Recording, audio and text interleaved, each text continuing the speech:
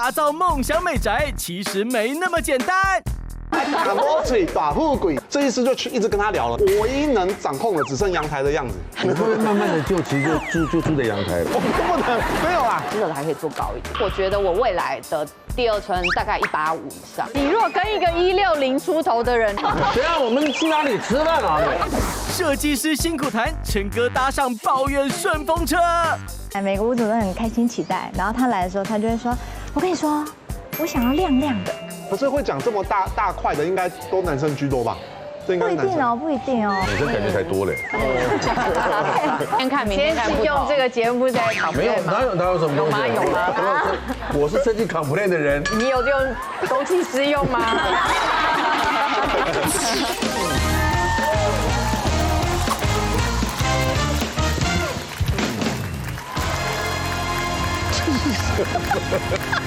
欢迎收看《女王大人》。晚上好。哎，陈哥，怎么样，八妹？我们的新家厨房哦，结合了烤箱跟瓦斯炉的美式炉联烤。哎呦，这很漂亮。我一定要跟你分享哦，它可以在炉上炖汤热炒，可以。下面的烤箱呢，还可以同时做2道菜。哇！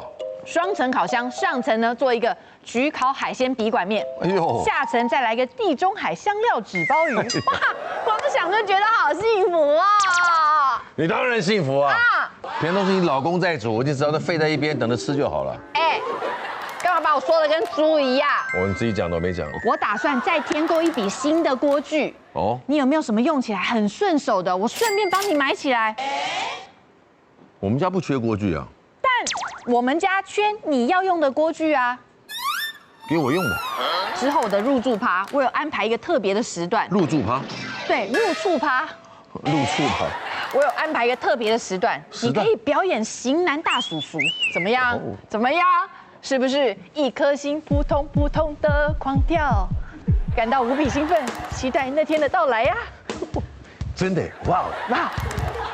那你的入住趴的日子要定下来，我得赶快做准备。哎呦呦，不用那么搞干啦，都自己人，你简单煮一煮就好了。不是啊，我要提早订机票。为什么？我估计会有10天半个月不在台湾吧。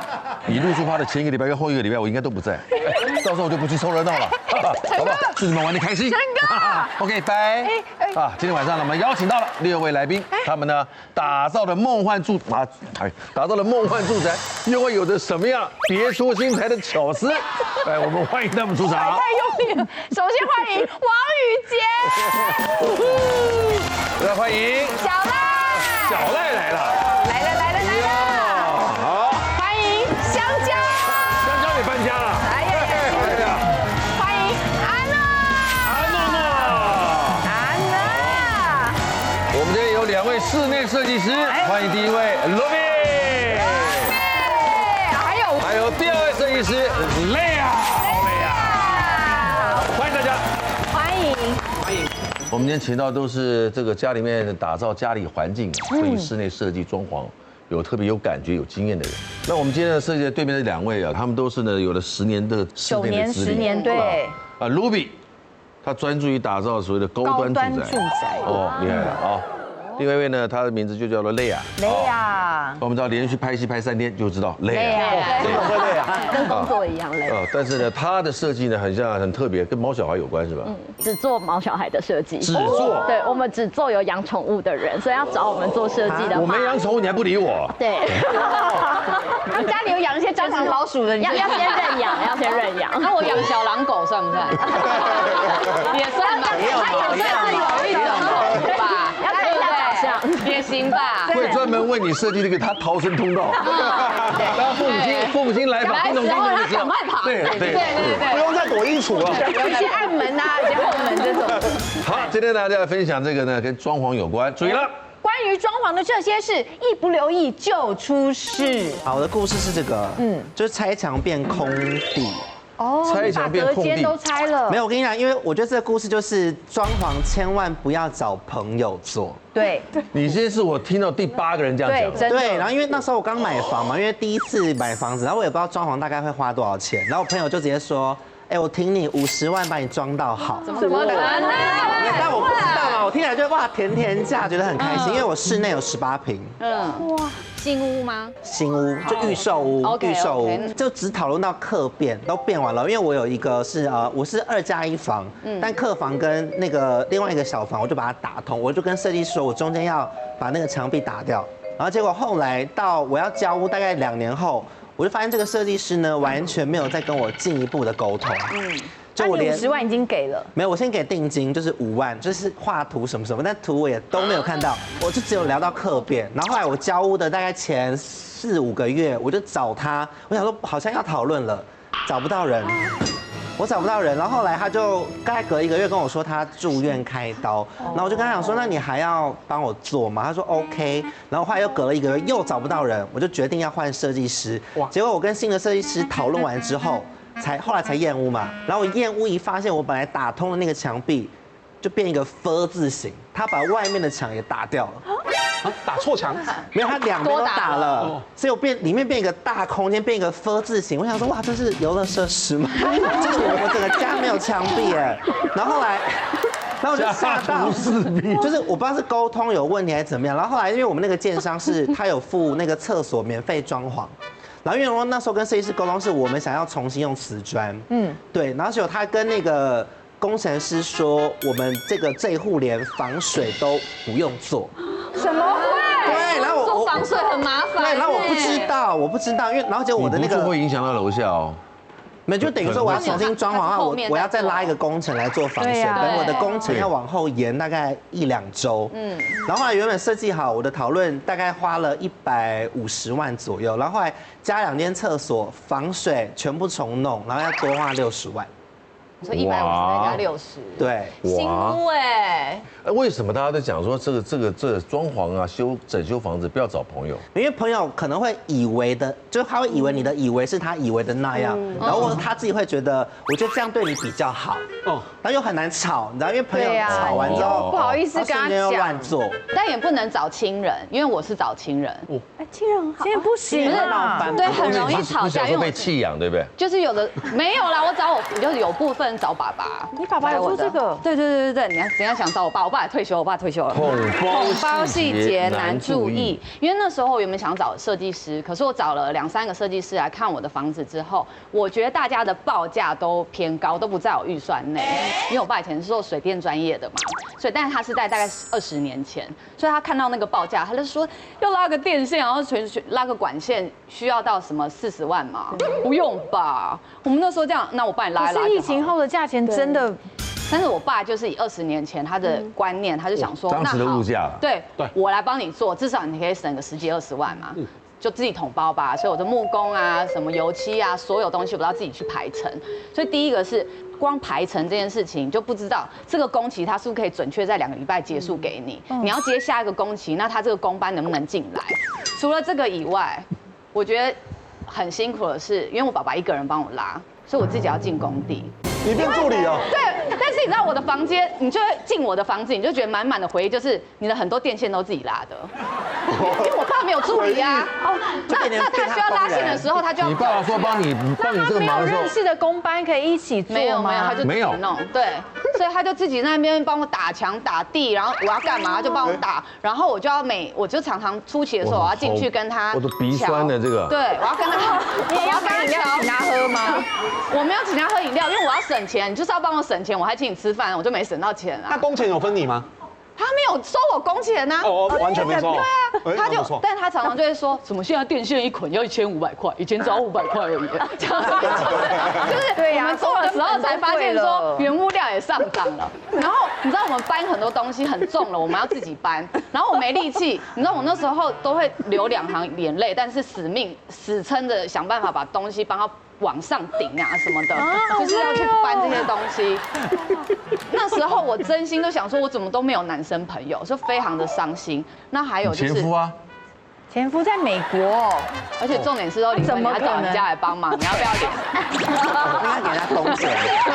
对呀，有没有钱？我只是建议而已。Sorry， 我们有点情绪。然后再来就是我刚刚讲的工班，然后那时候就是有请我做那个系统柜的设计师帮我画3D 图，那我就拿我的3D 图去跟木工啊、跟油漆去沟通，我是不是就是有图可以沟通，我就比较好沟通。然后那时候他就帮我，因为我家有2个拱门，我很喜欢拱门，然后他就帮我画了之后，他就说，哎，我们大家那么好，我把尺寸帮你量好，你直接丢给木工就好了。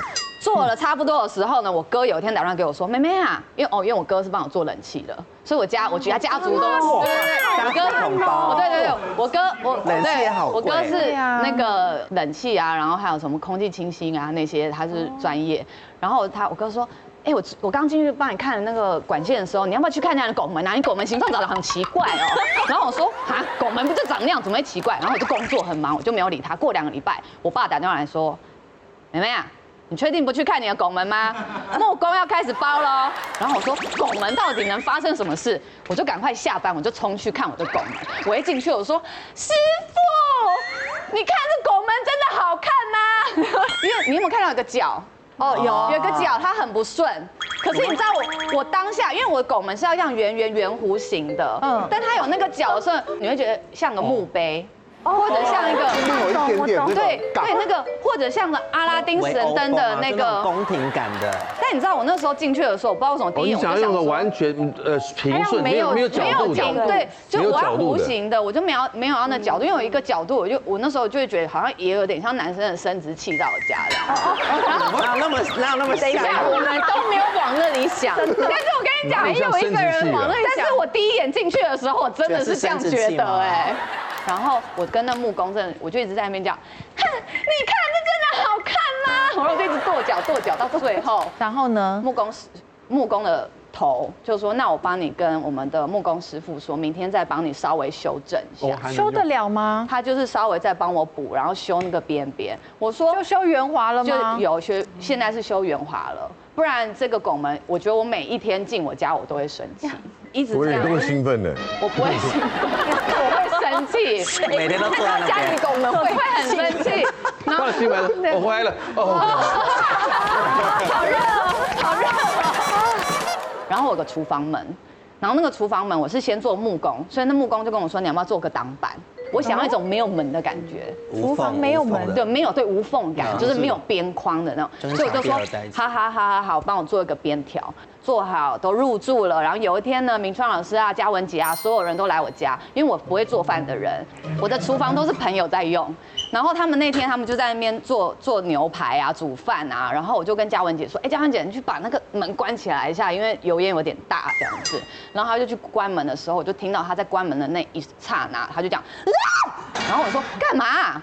然后他的这淤青，手指头淤青，这么严重？对，我的门会夹门，会夹手。对，因为他的这个，对，好可怕哦。因为你没有边条，对我想把那边条挡住，就我是做完那个才去挑门嘛，那我就没有想到门的那个拉把，好可怕哦！对，它没有一个缓冲啊，我的也没缓冲，所以它就是砰，然后他现在能做什么补救吗？我们完全不行做任何补救，就是不要关那个门，或者是在关门前你就说小心那门会夹手哦，这样子。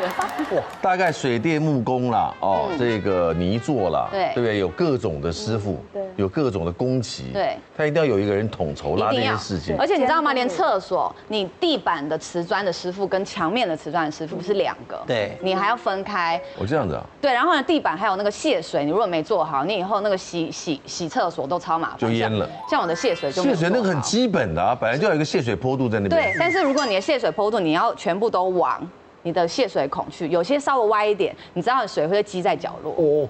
但还有一些很奇怪，这些厕所，洗手台，结束之后你就开始找，这不是厕所吗？为什么没有排水孔？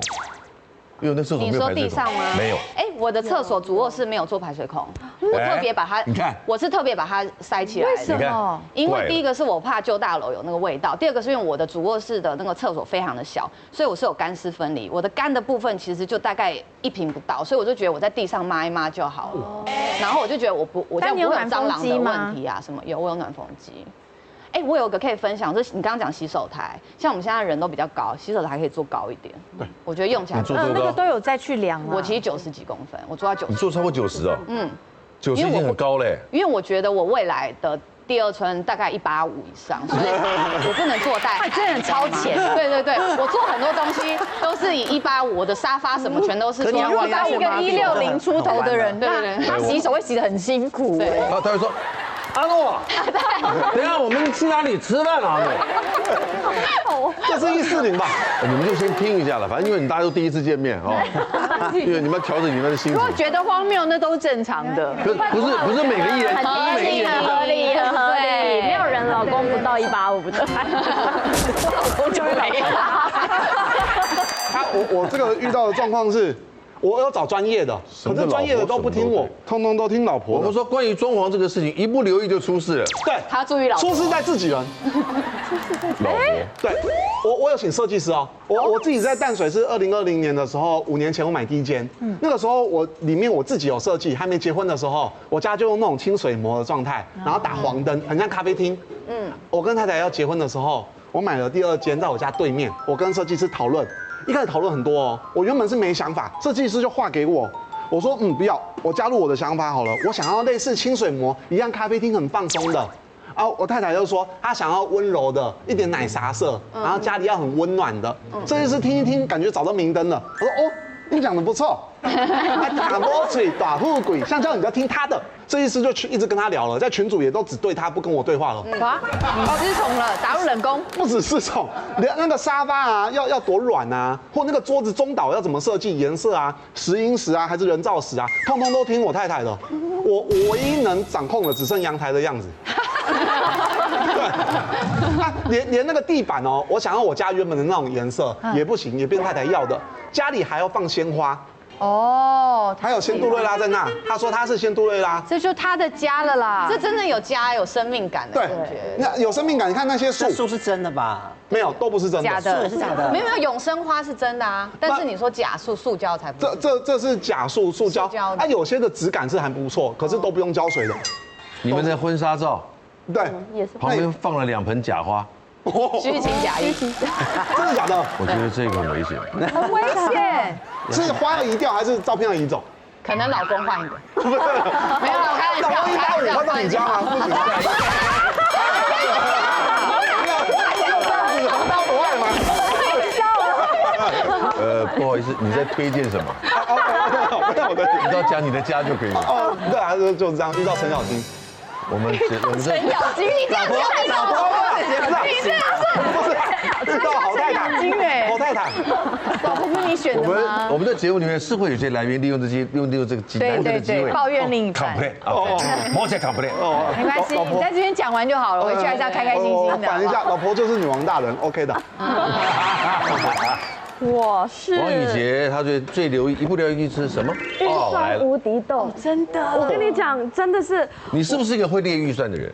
我头脑都有预算出来，因为我装潢了几次，然后我这个家，我第一次搬进去，我只花了大概80万简单装修，然后那个设计师我非常非常喜欢，我到现在还是觉得他真的他的眼光超好，而且他对颜色设计非常好，所以我想说啊。就是我这次想要修是整个，我又找他，我说水管什么线全部都要换，然后我们就想好。电跟水一定要找到好的，对吧？因为这是安全的问题，而且要用得久。对，30-40年以上。对，我们找的那个师傅是很好的师傅，所以预算都很高。然后我们再挑有几个灯，他觉得我们家要有一个上面的灯是一个西班牙，他说很好看。我说好，灯很重要。我说这个光就是灯真的很重要，没关系，我们先定10几万，15、13还是15万。好贵。我想说还好 ，OK。到了什么？比方说厨房是不是很重要？哇，那个很重要，我们爱煮菜什么哦，都 OK， 太重要了。洗手间重不重要？太重要了，对不对？在里头浴缸好，浴缸很重要。亚克力才3到5万吧，然后真的石头的话，是不是就已经10几万了？就是一个是去头，但人就是那个真的石头就很好看啊！我想一想。我要在那边泡澡多少次？就是以每天来泡澡的话 ，CP 值10几万 ，OK， 我觉得这个很重要，因为洗手间这个最重要，太重要了，对不对？好，再选了那个那位设计师，卧室当然很重要。所以呢，我跟你讲，我在跟这个设计师聊天，聊，在挑之后，我就跟他说，那你觉得大概预算多少啊？我心里啦，大概300到500万吧。他说应该1000万左右。好，我先讲我的家里哦。Excuse me， 我不是豪宅，我的家呢，其实呢也是47点多，但是室内大概26平吧，装潢26平。然后我想说，我就吞了个口水，我说其实没关系，我说不需要到很好啦。设计师辛苦谈，陈哥搭上抱怨顺风车。每个屋主都很开心期待，然后他来的时候，他就会说：“我跟你说，我想要亮亮的。”可是会讲这么大块的，应该都男生居多吧？这应该不一定哦，不一定哦。女生感觉太多了。先看明天看不用这个节目在考没有，哪有什么东西？有吗？我是设计 complain 的人。你有用公器私用吗？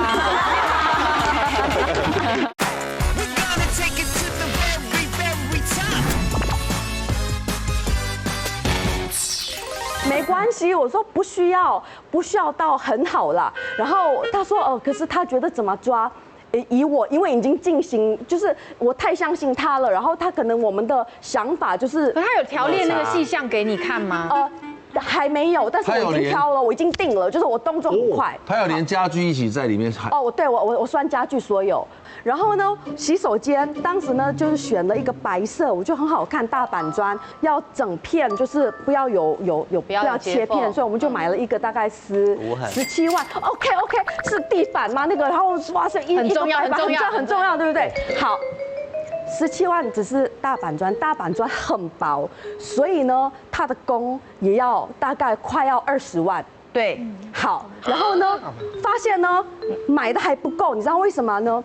因为我有很多衣柜跟那个洗手台，它也要贴大板砖，所以呢，我要已经买了17万，已经订来了，对不对？然后发现呢，电梯扛不进来，所以还是要切。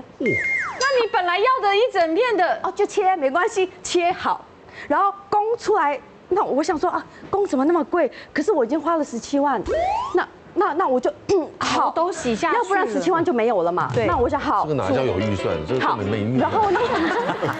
然后也是还没有看细项，他就先定嘞，走一步做一步，很荒谬。但是我跟你讲，因为我老实说，我到现在已经做了2-3年，我觉得我的家真的蛮完美，所以我唯一的我觉得是那个洗手间，所有人来到我家，我说你们猜这个洗手间哪里最贵？每一个人猜的永远都猜不到，你们来看一下，最贵的是在哪里？我可以过去吗？我可以过来吗？这个石头就是这个，看不出来，对不对？对，地板是砖。其实你那个地白色的，直接请你地板你可以看这个里面的门全部也是用大板砖，然后我这个其实不需要，根本那些看不到地板，我看我这个后面我还放了一个防潮的东西，你这浪费太多钱了。但是我跟你讲，我家里很健康，浪费到我觉得我值得。我的洗手间多好看，你看，他不是家里很健康，他是心态很健康。他跟他完全一模一样，他地板全部这样，我们喜欢这种业主，对，是不是很棒？就很流线。他们喜欢做好墙面、柜面、地板都是一个材质，同一材质，都是大板砖，没有。然后包括那个，你看这个浴缸10几万跟几万，真的还是有差。我很喜欢我的厕所，我必须说你的厕所真的很漂亮，因为我当初也是想要用这种无接缝的厕所。哇，找到自己了！没有，这钱花的。黄雨杰，好，设计师都喜欢你这种最棒，他们喜欢这种业主。因为现在瓷砖真的很贵，进口瓷砖。你装潢的空间大小坪数大概就30坪左右，26左右。你看30坪都不到哦。但我包括我跟你讲，光木工跟电跟拆已经快要250到300。你是整个打成毛，你是打成毛坯？我打成毛全部线全部打成毛坯啊！对，而且我们的木工跟那个水电超强的，我们的那个电啊拉到我觉得很艺术，就是那个线什么跟什么藏起来，那个不就最后藏起来？我看到啊，我每天电能够拉得多艺术，可以让我看。真的很好看，但我没有拍，它的线密密麻麻，很干净，没有那个有条有序，所以我们去你家第一个先看电箱。可以，先打开电箱先看，可他先打开来看到，对，谁要先看？你看他真的做得很好，就是还好我要重新拉线，他有发现什么线不能放在一起，他全部把它弄开，所以我觉得做得很好。我们防水也做得超好，所以我花很多钱是在打那个看不到的。夸奖系的屋主就是这种，完全挺他的设计师哎。你们会有不留意会出事，对不对？他们自己这么多年的经验，他们也会曾经有一些很雷的业主。你曾经不留意出了什么事情？就是已经是我小时候的事，是这不是我要的石头，这不是我要的石头。他真的就是像这不是肯德基这样子跟我大闹哦，大闹。对，他是哪一个空间？就是在那个厨房，因为就是大家都会很想要开放式厨房，然后做中岛嘛。对。然后呢，那可是假如既然选择做开放式的厨房的话，那石头就是一个很重要的一个选材，因为它会取决于整个厨房会多漂亮。而且，因为其实大家假如有选过材料，应该知道，其实大部分设计师也是都给你看一个小块。对。可是小块有时候就像一块石头好了，它可能切到的位置不是漂亮的花纹，或者是它刚好切到那个地方就是最漂亮的花。当业主在就是当时在选那块石头的时候，我就蛮肯定那不可能是他喜欢的，因为他喜欢的也是像香蕉老婆喜欢那种就是奶茶风，然后比较温柔一点的。可是因为那块石头就是非常的黄，它就是比黄板牙还要黄，所以那个时候就是我就跟他讲说，哎，这块大块的你可能不会喜欢哦，但他就觉得。没有啊，我就喜欢我家比较温暖一点，因为我家其他东西都太白了，柜子是白的什么，所以我这一块要暖一点。然后我就想说好 OK， 可是因为我其实就觉得他真的不可能喜欢，所以就因为像在我们公司，如果你要我渲染2套3D 的话，其实我们要多收钱。对。但是因为我就是太害怕他将来会有问题，我已经闻到那个味道了，所以我就是还不辞辛劳渲染了2套3D 给他看，就跟他讲说，哎，这个比较白的石头是我帮你配的，那这个比较黄的是你挑的，那这2个3D 你看一下，就是你喜欢哪一个？而且就是我们那个业主啊，他就是一个就是很像总裁个性的霸总，所以他很喜欢批阅我们给他的任何东西。所以就例如说我们给他3D 之后，他看完他就会在上面红笔批阅，然后再把 PDF 传回来给我，跟老师改作业一样。对，这个风格的业主。然后所以那时候他就反正就批阅了，然后他就直接就是在我那个白色石头画大叉，然后在那个黄色石头打勾，就说我喜欢这个温暖的。然后所以我们就想说 OK， 那都已经做到这个程度 OK 了吧？结果后来就正式进场来做的时候 ，Oh my god！ 他一到现场，他就立马打电话来我们公司，然后which来我还不在，然后他就说这不是我要的石头，这不可能。哎，我可以骂他吗？你说没关系，就是因为他就这样讲，他就是不是针对我们骂啦，但我觉得他那是一个口头禅，他就说这不可能是我选的石头。然后我们就因为我们还会有材质表跟所有东西嘛，然后我们就赶快全部就是公司的 PM 就把它们都调出来看，就确定真的是这一块，可是讲不通。小豪宅收纳神器，这件东西必须有。家里很小，因为我鞋子又非常多，所以我当时就跟设计师说，我要一个空间不能太大，但我要可以放鞋子的。设计师就做了一个，因为我那时候有拍开箱嘛，然后这个东西就是被非常多人问说去哪里做。哦，我知道，我家也要做这个，我这样超级好用。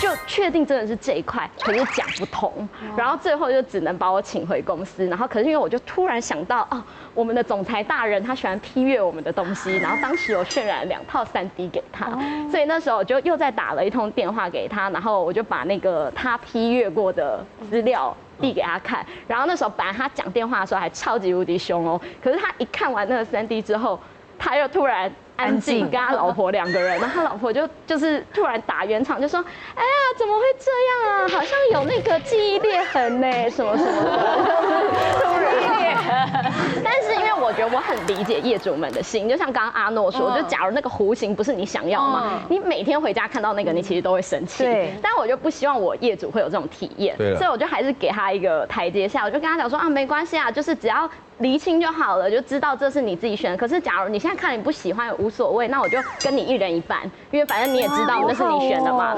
但因为我也不想要你不喜欢它，那我就帮你吸收1半，那我们换1块石材，这样解决这件事。那块石材要多少钱啊？哇，那块石材可能大概4-5万 ，OK 啦。Ruby 呢？你呢？就是这个，我要亮亮的感觉。哪一个空间？这个好难，那个卧室还是客厅还是什么？我们就是有时候面对到的状况，就是屋主来的时候会很期待，每个屋主都很开心期待，然后他来的时候，他就会说：“我跟你说，我想要亮亮的。”然后我就会说太虚无缥缈了，是屋子整个的感觉。对，但他可能很多人都会用一些我要亮亮的，我要很活泼的，会问他们啦，就是譬如说，你喜欢的亮亮的感觉，你是会在哪里看到亮亮的感觉？他就说，我可能去逛珠宝店的时候会有亮亮的感觉，然后还有那种不灵的金属感。对对，最后才会从他的这个对话中的这个脉络发现，他是喜欢那个镜面，对金属感，然后什么钻。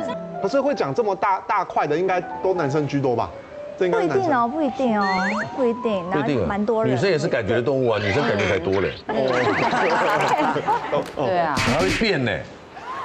他有没有生理期？讨论事情又不一样哎，今天看明天看不同。用这个节目在考没有，哪有什么东西？有吗？我是设计 complain 的人。你有用公器私用吗？早上。来，忙进第2个环节。哎，家里最爱这一区，让我骄傲的最棒设计。好，因为我家很小嘛，然后加上因为现在的那种新大楼，它规定很多，就是门外不能放任何的鞋架或者鞋子，公共安全，你一定要放房子里面。连地垫有时候都不给放了。对，然后因为其实家里很小，因为我鞋子又非常多，所以我当时就跟设计师说，我要一个空间不能太大，但是我要可以放鞋子的设计。你有多少双鞋？我大概有50吗？超过。哇！你一个人就这一双脚？就是有时候厂商也会送鞋子，我也不会送，我就放在家里。然后后来是在门口，设计师就做了一个，因为我那时候有拍开箱嘛，然后这个东西就是被非常多人问说去哪里做的，然后我有附就是一个旋转的鞋架。我家也要做这个，我跟你讲超级好用，因为它可以，因为它是一个动态的，就是它。好像这个旋转鞋柜呢，我家也要做旋转的。因为呢，它可以放2。哇，就它是可以双面都放，大概放到40双吧。女生的话差不多可以40，男生鞋子比较大，大概20双左右。可是这有个小缺点是女生有靴子、高跟鞋，所以它有这样没有，因为它那个板层是全部可以拿起来的，是活动的。所以如果你觉得那双鞋比较高，你就把上面那个板架拿下来。哦，像系统柜一样，可以拆中间。哦，那这个是鞋柜是第一个，然后第2个是因为我们家变电箱在盖完之后，它就在门的旁边，然后有2大块。就是完全遮不掉的。后来我就想说，这边要怎么遮掉？所以后来我设计师就做了一个磁吸式的大镜子。哦，磁吸式。对，就是它平常可以，就是因为它刚好在厕所旁边嘛，所以它出来是可以直接。很厉害吧？哎呦，对，它就是用磁铁，然后直接吸在那个变电箱上，所以它其实就变成一个镜子，然后刚好它可以反射出我另外一边的空间，所以视觉看起来会比较大。出门还可以当穿衣镜，对，出门还可以当全身镜，因为它其实站在后面一点就是可以当全身镜。这个镜子也很多人问我说去哪里定做的。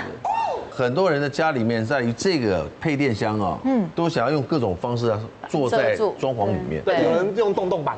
在藏那个电箱的时候，最常见的就是像刚刚讲的，用那个系统柜去把它藏起来，这是最简单的方式啦。那可是如果要开的话，我就要把没有拿。对，我觉得这个要特别要注意一下，因为我家也是把配电箱放在鞋柜里头，然后我那时候特别让那个配电箱那一格，我是特别拿来放靴子，因为靴子我可能只能放4双，所以我只要开的时候我就拿4双，拿走就可以用。对，不像它这个可能是因为你看有2、3个层板，你等于说你每一次如果要开的话，你要拿2、3个层板会不方便，所以通常这样配置的时候，你那个位置你就拿来放靴子、长靴。聪明。我一定要讲我的木工跟我的店很厉害的地方呢。我虽然放靴子，我的门是往旁边拉，对，所以我也有看到这个设计，所以就直接往旁边拉就可以那个就不需要拿出来。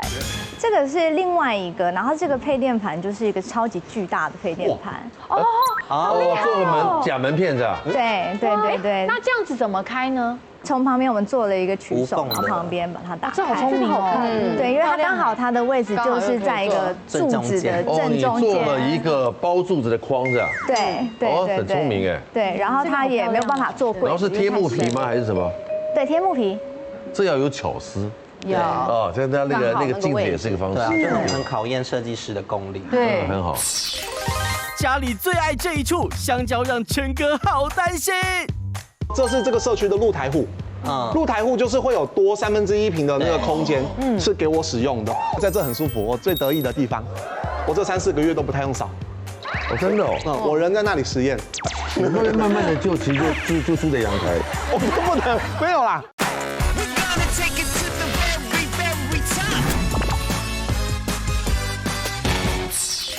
阿诺来，该你觉得很骄傲的设计。说，因为我就说华丽登场。对我家自己是做统包嘛，我没有设计师，所以整个风格都是依照我自己喜欢的方式。而且是你拉的线，我们知道。对，然后呢，我跟你说，因为我刚刚已经讲了，我打掉一个房间，就为了让我的客厅有通透感，所以我客厅就会看起来一开门是一个非常大的一个空间。超大哎。对，然后我有2个拱门，这是第一个拱门，可能进另外1、2个，然后这是另外一个角。好哦。我有2个落地窗，采光不错。所以那个我才会希望说我的客厅就是可以比较看起来穿透性比较高，真好。但是当你要有一个穿透性的时候，有一个问题就是电视墙。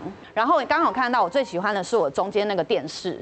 因为这个电视呢是我爸爸帮我做的，他帮我做一个木工，我已经画了一个图给他，他就帮我做了一个那个木工，然后他下面的底板啊，那个旋转底板也是他自己去工厂请人家帮我们做的，所以非常的稳固。因为如果说是买现成的话，有些人的底板只有这么大，但我下面的底板其实跟电视一样大，所以它的稳固性。但是你坐在地板里面了。对，我坐在地板里面，所以第一个可能维修上面会非常的麻烦，可是那就是我爸的小巧思。然后我就是它可以旋转在我的餐厅跟客厅都可以看，然后它就不是那种定在地上的电视墙，所以就会有一种不会有一种被分隔开来的感觉。不冷冰冰可以玩。对对对，不要玩它，它会坏掉。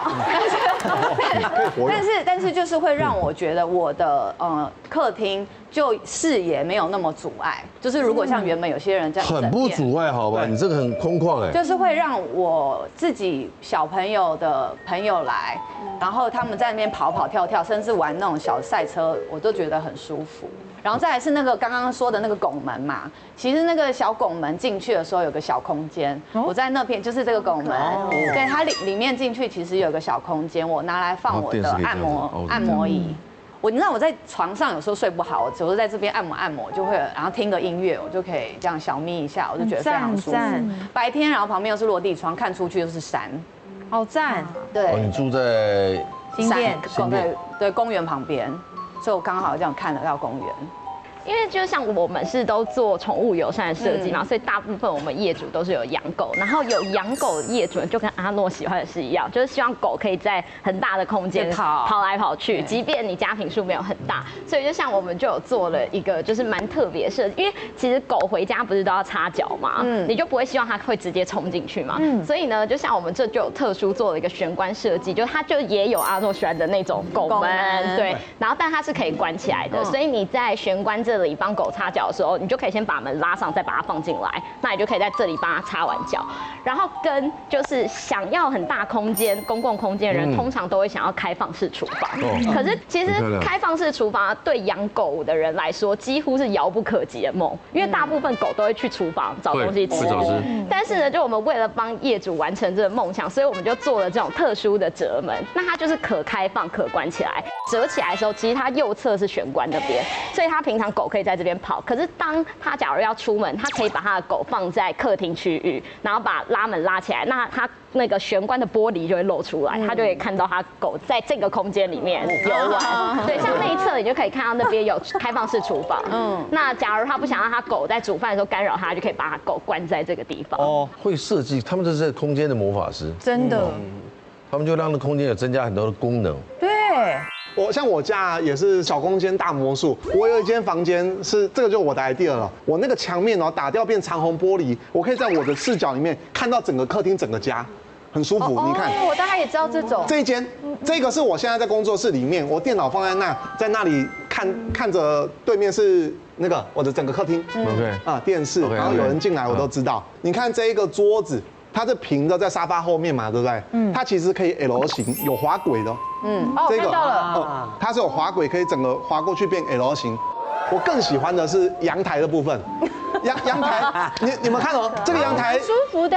对豪宅来说算小，可是对我来说，这是这个社区的露台户。露台户就是会有多1/3平的那个空间，是给我使用的。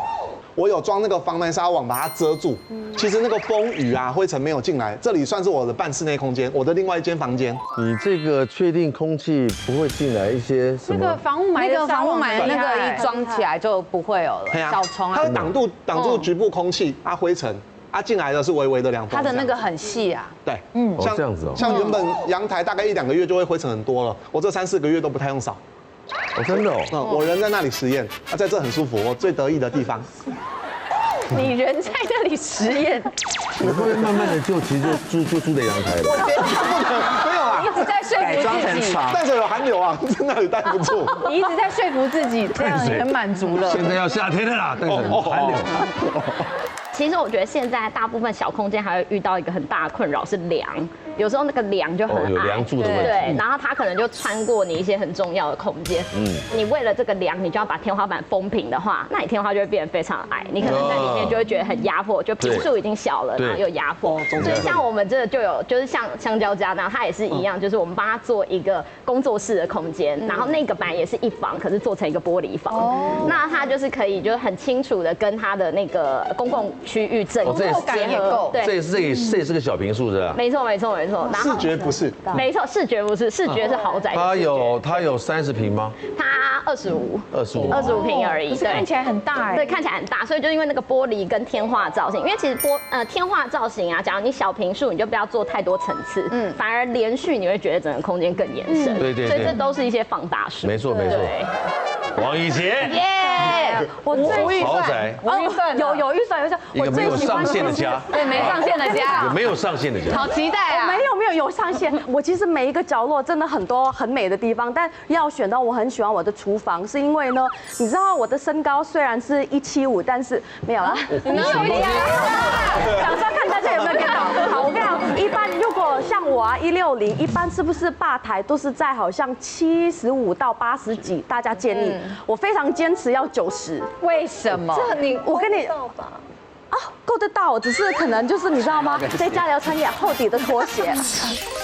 居家装潢关键字，这些钱不能不花。从设计师的角度来看，在装潢的时候，什么钱是一定不能省的？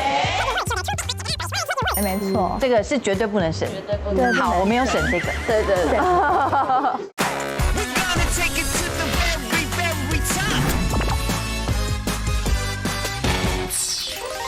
我跟你够得到，只是可能就是你知道吗？在家里要穿点厚底的拖鞋。But 我要讲，因为我喜欢背包的感觉。第一的话，我觉得你看这是我的厨房，它真的很漂亮。背包，我跟你讲，要高才会感。你看我在那边，你是不是有踏小凳子？有，他有。你有踏小凳子，穿拖鞋这么高的拖鞋而已。我跟我妈穿。我跟你讲，那边真的很棒。它是我最后做到，是因为有在铺一个我的地有放地暖，所以呢我就变成92还是93。哇！我跟你讲，超好的，你知道为什么吗？我男朋友变很爱洗碗。他不必弯腰，他洗碗就是可能简单，虽然我没有洗碗机，但是你知道我洗碗也是就是挺直这样子洗，切也是这样子切，多好啊，就是好像有气质。你有僵直性脊椎炎吗？对呀，但以前其实也要我切菜是这样洗，我洗面是这样洗。可是我很有气质，认真会觉得喜欢做菜的人，厨房真的要很那个高度要对，因为我妈妈他们就是老一辈，他们的洗碗全都是这样洗。对，我妈现在是驼背超严重哎，对，腰酸背痛还是，而且我真的很本来他们说要不然炒饭的地方低一点，我说我不行，我有高低，如果那个我会很的，就是你知道强迫症，我一定要一模一样。然后所以我很喜欢，虽然真的我当时在切东西的确手会有一点酸，但是我就是高度很完美，加上我跟你讲，你知道我这边放多少东西，我的所有的收纳空间，我觉得真的很好，因为这个也是一个日式，你知道吗？洗碗机下面可以装竹圆抽，是不是很厉害？你知道这个洗碗机下面它可以放超多东西，还可以放平底锅什么的吧？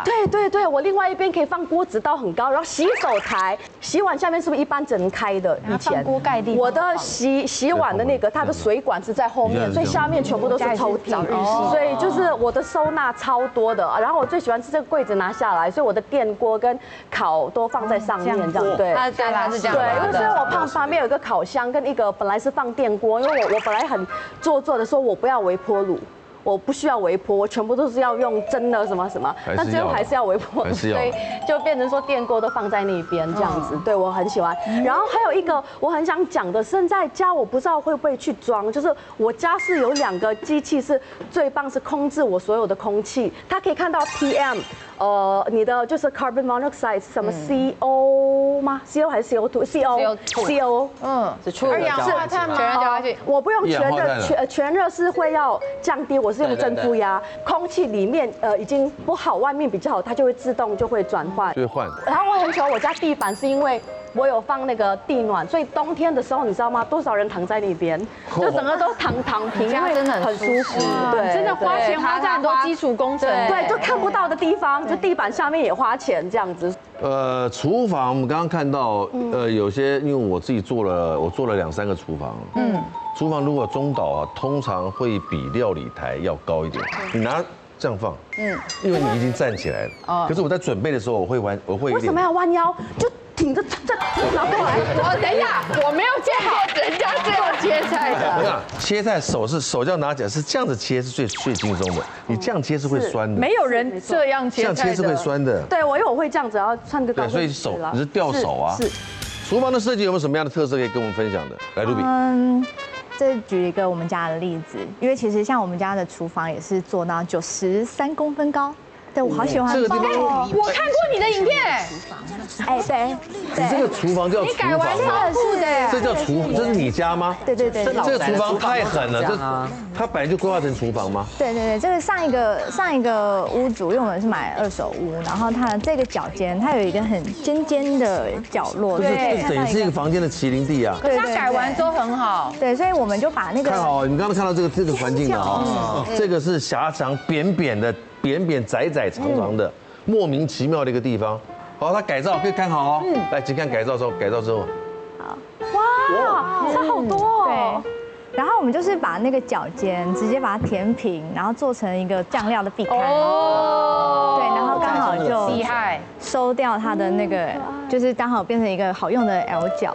然后我们的那个冰箱它其实在原始的空间它是没有一个冰箱在哪里？就是右边那个镜面的冰箱。OK。对，它原本其实是没有放冰箱的位置，然后我们就把后面那间房间打了一个洞，然后冰箱放进去，所以现在圈起来那个玻璃柜它其实是比较浅的，它的后面有一半是给冰箱，那还是有散热空间，它上散热吗？对，我们就是有高度有再把它做高一点。对。那我可以私心的问一个，从设计师的角度来看，在装潢的时候，什么钱是一定不能省的？哇，基础工程，对，基础工程，天地地水电，对，没错，这个是绝对不能省，绝对不能。好，我没有省这个，对，尤其是水电不要省，我这个花跟泥做不要省，我没有省这个。对，其实我们节目很难得聊居家装潢，我觉得居家装潢它不是只是空间设计而已，它是一个你比如说生活的态度，你对未来想象，你对它的期盼。对，希望大家在这个独一无二的窝里面，都能够跟你的亲朋好友共同享受每一个舒适美好的日常，好，累积那个温馨、温暖又难忘的幸福时光，好不好？好，谢谢我们这2位设计师，谢谢 Ruby， 谢谢雷亚，永大人，我们下次再见 ，See you， 拜拜。谢谢小赖，谢谢雷亚。